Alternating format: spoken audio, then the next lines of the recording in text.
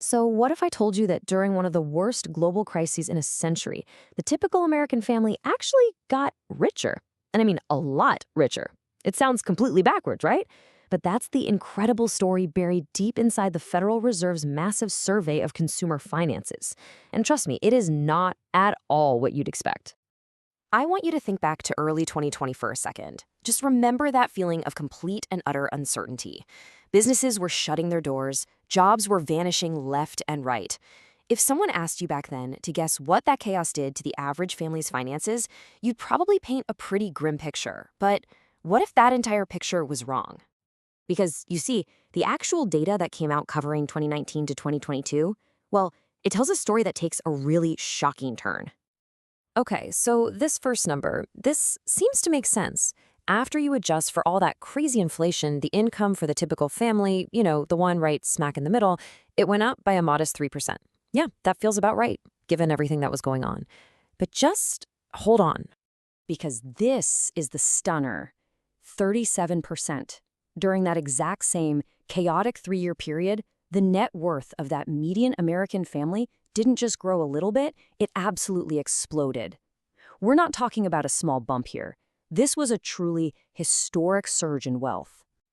And hey, don't just take my word for it. The Federal Reserve's own report calls this, and I'm quoting them directly here, the largest 3-year increase over the history of the modern SCF, more than double the next largest one on record.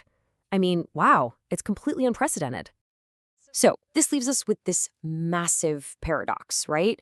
We've got these tiny pay increases on one side and then a record-breaking wealth boom on the other, all happening during a global pandemic. How on earth is that even possible?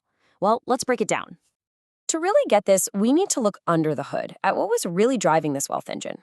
Because this isn't a story about our paychecks. Nope, it's a story about our balance sheets. So first, a super quick refresher. Net worth isn't your income, right? It's the total value of everything you own, your assets, minus all your debts, your liabilities. And this is where all the real action was happening. So the number one driver? Housing, plain and simple. For the majority of American families who owned a home, their single biggest asset just went on an absolute rocket ride, fueled by those rock-bottom interest rates. The median net housing value, that's what your home is worth minus what you still owe on the mortgage, it jumped by a staggering $60,000. But, of course, this boom had a major flip side. If you already owned a home, congratulations, you got a lot wealthier. But if you didn't, trying to get into the market became incredibly difficult. Housing affordability actually hit a historic low, with the typical house costing more than 4.5 times the typical income. And it wasn't just about housing. The rates of owning other key assets also ticked up. More families had retirement accounts, and look at that jump in direct stock ownership. It leaped from just over 15% of families to 21%. That's the largest single increase that this survey has ever recorded. Okay, now let's switch gears and talk about income. Because while the wealth story was surprisingly positive for many, the income story is, well, it's a lot more complicated, and it really reveals some deep divides in the pandemic economy. So on the left, you've got the median. That's the person right in the middle, whose income grew by that 3% we talked about. But look over on the right. That's the mean, or the mathematical average. And that grew 5 times faster, at 15%. And whenever you see the average get pulled up that much higher than the middle, that's a huge clue that the gains are being concentrated at the very top. So what was going on? What was creating that massive 5x gap between what the typical family was experiencing and what the overall average looked like? Well, the data gives us a very, very clear answer. The data points to one main factor: education. The Fed found that income gains were, and these are their words, essentially fully concentrated among families with a college degree. And meanwhile, families without a high school diploma, they actually saw their median income fall by 10%. That is a starkly different experience. Okay, so let's put all these pieces together.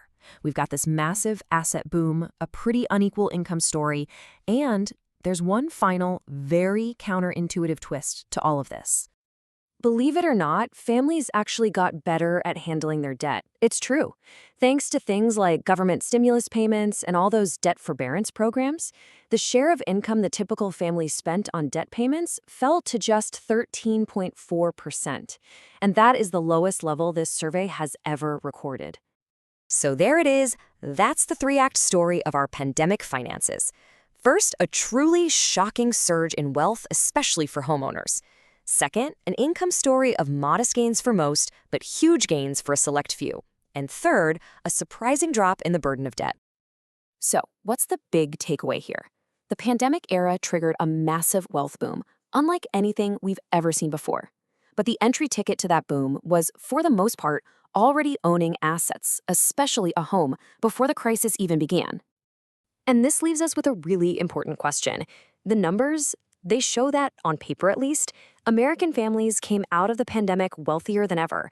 But when you look at the divides, at who benefited and who got left behind, you have to ask, did this strange economic chapter really make our economy stronger and more resilient for everyone? The data suggests that the answer is pretty complicated.